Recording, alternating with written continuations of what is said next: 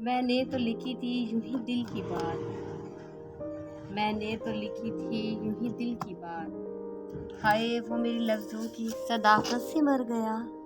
जुदा होने को अभी वक्त बाकी है, मंजिल जुदा होने को अभी वक्त बाकी है। आओ इतने बिछड़ने का सबब ढूंढते हैं।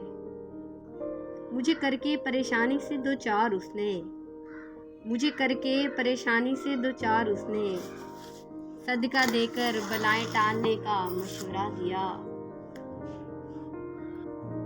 नहीं अब वो ताल्लुक में अपनापन, नहीं अब वो ताल्लुक में अपनापन, जिसे बातों बातों में जताते थे तुम।